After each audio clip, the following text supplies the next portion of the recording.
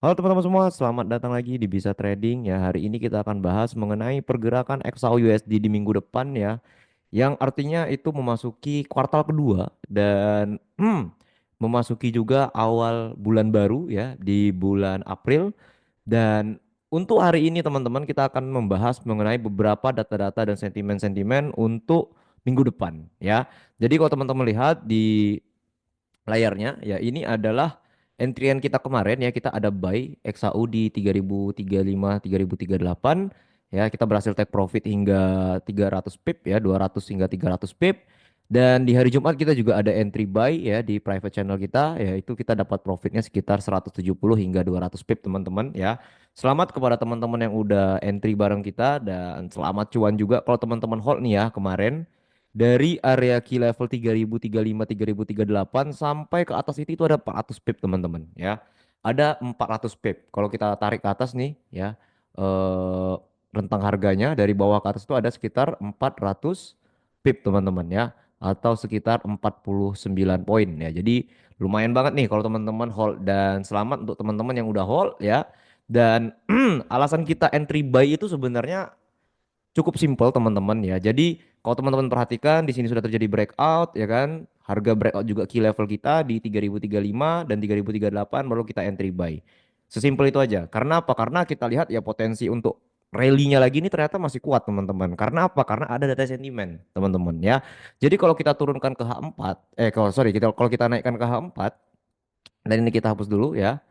Kalau kita lihat ya teman-teman ya, kemarin kan kita sempat ini ya, sempat proyeksi ada harga turun ya teman-teman, tetapi penurunan ternyata tidak jauh ya, hanya sampai area 3000 saja ya di sini, area 3000.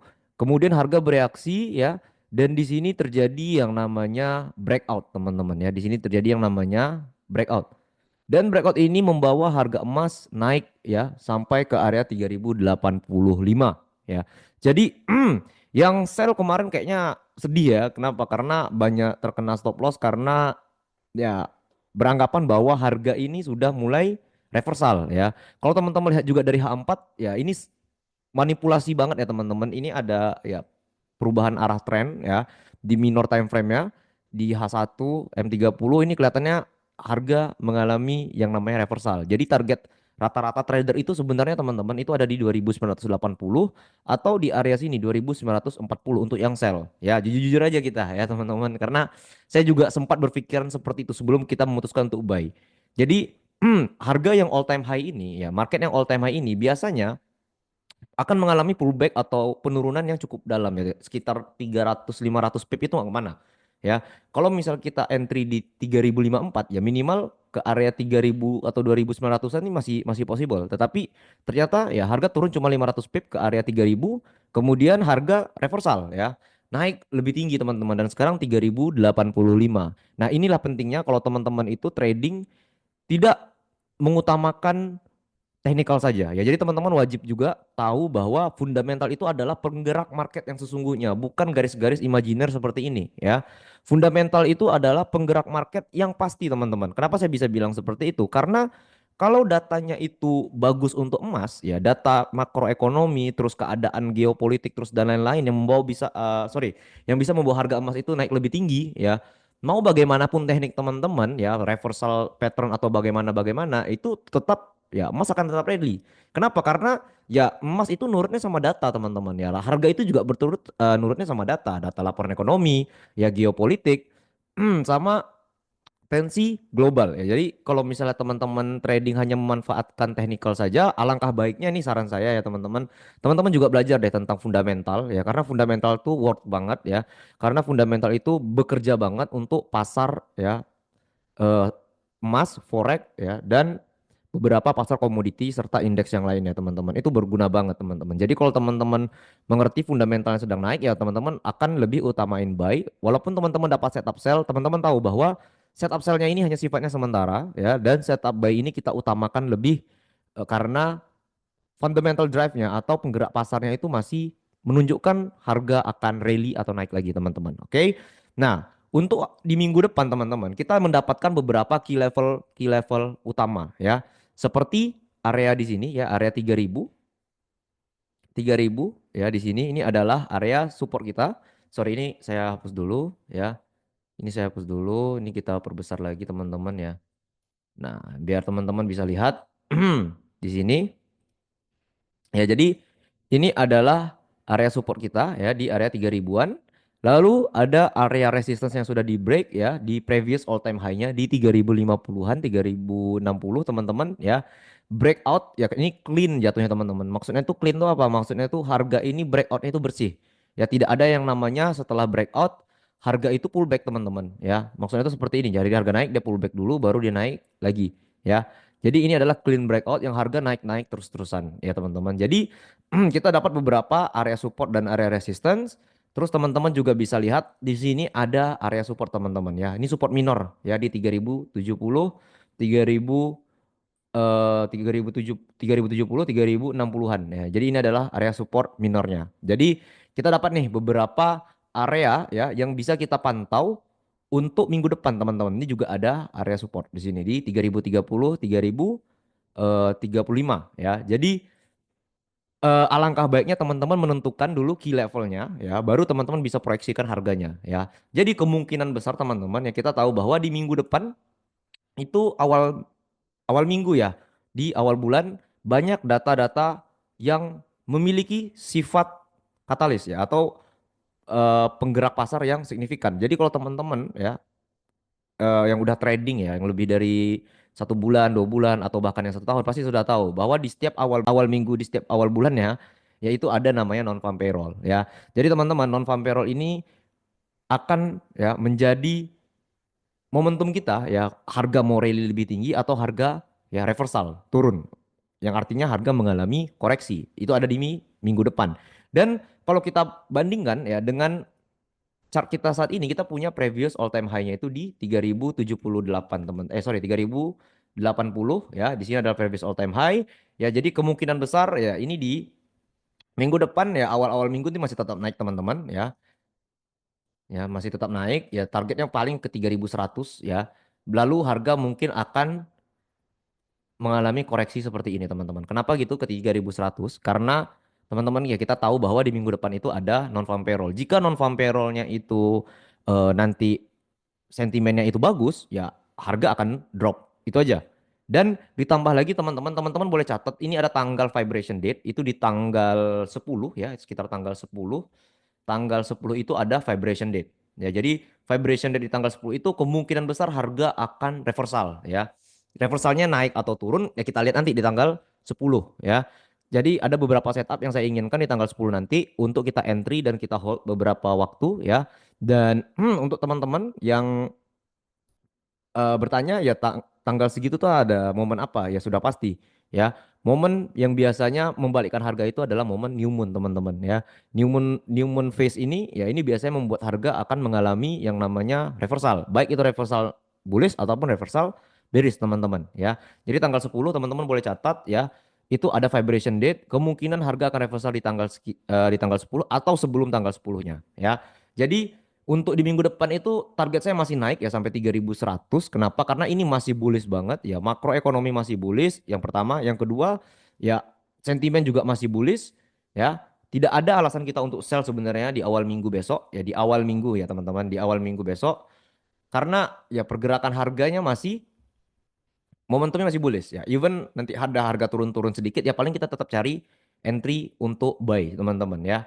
Dan untuk koreksinya ya kemungkinan harga berkoreksi nanti ya paling sampai 3070 3060-an atau lebih rendah ke 3050 ya atau lebih rendah lagi nanti ke 3030 teman-teman ya.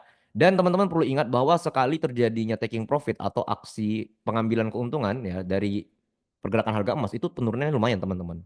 Kalau teman-teman kurangin 50 poin atau 500 pip ya 3085 itu ya possible ke 3030 berarti 500 pip atau sekitar 50 poin. Nanti kalau dari 3100 paling ke 3050 ke sini. Ya.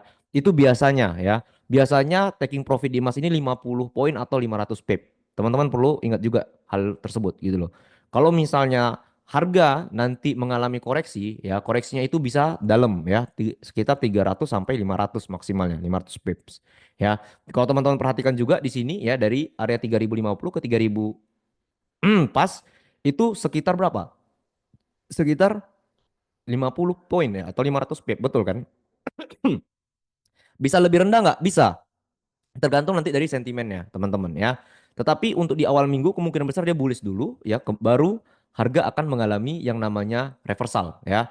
Jadi teman-teman, kalau teman-teman perhatikan ya, ini adalah eh,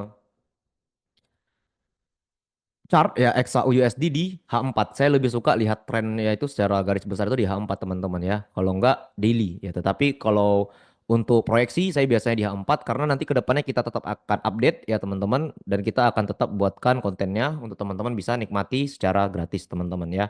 Selain itu teman-teman juga bisa lihat dari US dollarnya sendiri ya. Ini adalah US dollar di time frame H4 teman-teman. Kemarin kita ada beritahu bahwa kemungkinan besar ya di awal minggu ada kenaikan di US dollar ya. Dan ternyata benar ya, itu ada kenaikan di US dollar dan terjadi sedikit aksi taking profit pada emas. Dia breakout area 104-nya teman-teman ya, breakout ke atas, tetapi kalau teman-teman lihat ya di akhir minggu dia mengalami yang namanya penurunan ya. Kok bisa? Ya, nah itu dia. Kok bisa harga mengalami penurunan? Ternyata teman-teman ya sekitar 2 hari yang lalu, tepatnya itu di hari Kamis ya atau hari Rabu, itu terjadi ya atau keluar berita mengenai tarif Trump. Kalau teman-teman lihat di sini ya, ini adalah Trump tarif ya. Trump announced 25% tarif on car import to US. Jadi kita tahu bahwa Donald Trump ya presiden Amerika itu sedang gencar-gencarnya untuk menaikkan tarif impor. Kenapa seperti itu? Karena Amerika ingin mengembalikan ya kekuatan manufaktur industri di negaranya sendiri supaya dolar kembali menguat dan Amerika kembali berjaya, teman-teman. Ya kita tahu bahwa moto Donald Trump ini adalah Make America Great Again, teman-teman. Dan ini berita yang rilisnya itu sekitar tanggal, sebentar, sekitar tanggal berapa nih ya? Tanggal 27 ya, atau hari Kamis kemarin atau hari Rabu ya, hari Kamis atau hari Rabu ya. Jadi di sini Trump menaikkan 25% ya tarif untuk impor kendaraan, khususnya mobil ya. Jadi kalau teman-teman perhatikan ya, ini tujuannya ke siapa? Sudah pasti tujuannya ke China. China ini dia memiliki, ya sudah kita bahas dari kemarin-kemarin ya. China ini memiliki kebiasaan untuk menurunkan harga pasar ya teman-teman. Jadi contoh kalau harga di pasarnya itu 100 ya, ini kita sambil tulis-tulis ya biar seru ya teman-teman ya. Ya kalau misalnya harganya itu ya 100 ya di Amerika, China bisa turunkan sampai 60. Contoh nih, kalau misal harganya 100, China bisa kasih 60. Ya, yang artinya China jual lebih murah, teman-teman. Ya. Kalau China jual lebih murah, otomatis yang awalnya customer di sini, ya ini adalah customer ya, kita gambar-gambar ya teman-teman. Dia akan lari ke China. Kenapa? Karena barangnya lebih murah dan teknologinya lebih bagus, teman-teman ya. Dan harga yang ditawarkan Cina ini sama ya. Kualitasnya dengan harga 100 di US ya. Harga mobil ya, mobil yang harga 100 itu sama dengan harga 60-nya China. Jadi orang lebih lari ke China. Jadi ya alasan Donald Trump itu untuk menaikkan tarif ini sudah jelas teman-teman dari awal, bahwa dia menduga bahwa China itu memonopoli pasar dunia teman-teman. Yang artinya ini akan berdampak buruk untuk beberapa negara baik di Eropa ataupun Amerika itu sendiri teman-teman. Ya jadi kita tahu bahwa ya rata-rata pabrik juga ada di Cina teman-teman. Ya jadi kalau misalnya Trump menaikkan tarif 25% untuk mobil ya, negara manapun pasti akan berdampak ya, seperti Jerman ya. Terus ada beberapa negara-negara lainnya yang memproduksi mobil ya, Jepang 25% juga kena ya, dan China ya. Jadi teman-teman ya, ini adalah alasan Trump menaikkan tarif ya beberapa bulan ke belakang teman-teman ya. Gunanya untuk apa? Gunanya untuk membuat US dollar kembali kuat teman-teman. Nah, ini ya Trump tarif ini akan memicu yang namanya perang dagang teman-teman. Jadi kalau misalnya Trump menaikkan tarif 25%, maka negara-negara lain akan menaikkan tarif 25% juga ya. Seperti apa? Seperti Kanada ya. Seperti negara-negara lainnya ya teman-teman. Yang itu juga berdampak ke gejolak pasar global teman-teman, yang artinya makroekonomi global ini atau keadaan ekonomi global ini sedang bergejolak yang terjadi karena Trump tarif. Perang dagang yang diciptakan Trump ini adalah strategi Trump untuk memenangkan ya US dollar sebenarnya. Tetapi ini juga memicu yang namanya perang dagang. Jadi kalau misalnya perang dagang terjadi teman-teman ya, rata-rata investor itu akan lari ke Aset aman. Aset aman itu apa? Sudah pasti emas. Kalau teman-teman lihat sekarang harga emas ke 3.085 itu adalah hal yang biasa. Teman-teman gak usah apa ya, gak usah kaget. Kenapa? Karena ya hal ini adalah hal yang wajar terjadi ketika trade war atau perang dagang, ya baik perang dagang, baik perang fisik, ya geopolitik yang perang asli ya, yang tembak-tembakan misil, itu terjadi. Rata-rata investor itu akan larikan uang mereka ke aset aman. Aset aman apa? Safe haven cuma satu teman-teman, yaitu emas ya. Jadi kalau misalnya perang dagang, perang-perang asli ya, kita bahas perang-perang asli itu terjadi, maka rata-rata harga emas itu akan rally. Dan harga emas itu tidak akan melihat counter pair-nya. Contoh kayak gini ya, kita belajar teman-teman dasar bahwa counter pair dari emas itu adalah US dollar. Nah, nanti ketika teman-teman lihat perang dagang ini terjadi dan US dollarnya menguat, teman-teman bisa perhatikan emasnya juga menguat loh, ya. Jadi ketika perang dagang terjadi, teman-teman hanya bisa follow the sentiment, ya. Teman-teman hanya bisa ngikutin sentimennya saja, tetapi teman-teman tetap jadikan US dollar sebagai patokan untuk entry dan untuk bias harian, tetapi teman-teman lebih utamakan di sentimennya. Kalau sentimennya masih bullish untuk emas, maka teman-teman cari posisi buy. Kalau teman-teman perhatikan ya di channel kita kemarin ya, di channel Bisa Trading itu dari kemarin teman-teman itu kita nggak ada posisi sell. Kita buy semua loh ya. Kita buy semua nih 80 pips ya. Kita buy lagi kemarin ya 80 pips. Karena apa? Karena kita tahu bahwa sentimen ya di emas ini masih sangat kuat untuk rally atau bullish ya. Jadi kenapa kita harus cari posisi sell ya. Walaupun di sini ada resisten, di sini ada resisten ya. Terus di sini ada area supply, nggak ada teman-teman. Yang namanya emas ini sekalinya naik dia naik aja. Nggak ada tuh turun-turunnya. Ya. Kenapa? Karena emas ini sangat rentan terhadap yang namanya sentimen ya, yang terhadap yang namanya katalis ya. Jadi kalau misalnya keadaan makroekonomi global, keadaan ekonomi suatu negara berubah secara drastis, harga emas pasti akan bereaksi, teman-teman. Ya, khususnya untuk Amerika ya. Di sini kita tahu bahwa Amerika adalah dalang utama ya dari perang dagang ini, teman-teman ya. Jadi kalau teman-teman nanti ke depannya lihat harga dari US dollarnya naik seperti ini ya. Terus teman-teman lihat juga di emasnya naik juga, itu adalah hal yang biasa. Kenapa? Karena ya itu, kalau misalnya US dollarnya kuat, emasnya kuat, ya berarti kita tahu sentimennya lagi kuat untuk naik sebenarnya. Jadi ya kalau misal teman-teman trading menggunakan US dollar saja, tapi teman-teman tidak perhatikan sentimen, teman-teman trading hanya menggunakan technical tanpa memperhatikan fundamental, mulai dari sekarang coba teman-teman belajar tentang fundamental. Nah, yang setuju nanti kita bahas tentang fundamental, teman-teman boleh komen di bawah ya. Kalau misal teman-teman setuju kita bahas tentang fundamental ya. Jadi saya akan share-share beberapa data-data ya. Saya akan juga share beberapa keadaan-keadaan market yang berperan penting terhadap pergerakan emas, teman-teman. Jadi ya untuk di minggu depan kita dapat clue-nya bahwa harga masih naik ya dan US dollarnya terperosok, teman-teman, dan ini kemungkinan besar harga akan tetap rally sampai tanggal di awal bulan ya. Tepatnya itu di April 4 ya, 4 April itu ada non farm payroll ya. Di situ harga kemungkinan akan tetap naik sampai non farm payroll. Nah, nanti di non farm payroll ini kemungkinan besar akan terjadi yang namanya katalis ya. Kalau misalnya harga ya merespon baik ya untuk dolar, maka emas akan mengalami yang namanya potensi koreksi, teman-teman ya. Jadi teman-teman boleh catat tanggalnya tanggal 8, tanggal 4 ya, tanggal 4 untuk non farm payrollnya, tanggal 8 sama tanggal 10 ya. Teman-teman boleh catat, nanti teman-teman boleh jadikan ya bahan acuan untuk mencari titik reversal ya, baik harga naik atau harga turun, teman-teman. Kita perhatikan juga. Nah, kita bahas tentang mengenai aset aman tadi ya. Aset amannya sudah naik. Yang terperosok itu apa selain US dollar? Ya, sudah pasti S&P 500 atau aset beresikonya di Amerika. Kita perhatikan S&P 500 itu mengalami yang namanya koreksi, teman-teman. Ya, dari all time high 6.200 6.100-annya sampai ke 5.500 kemarin, teman-teman ya. Jadi itu adalah pola dari investor. Jadi pola investor ini gitu-gitu aja, teman-teman. Kalau misalnya geopolitiknya sedang naik ya, maka aset beresiko itu akan cenderung koreksi dan aset aman seperti emas itu akan rally. Begitu juga sebaliknya, kalau misalnya makroekonomi global ya, terus geopolitik sedang aman-aman saja, rata-rata orang akan lari ke aset beresiko ya, dan mereka akan taking profit di aset amannya seperti emas tadi. Emas akan koreksi dan beberapa aset beresiko seperti saham dan kripto akan naik.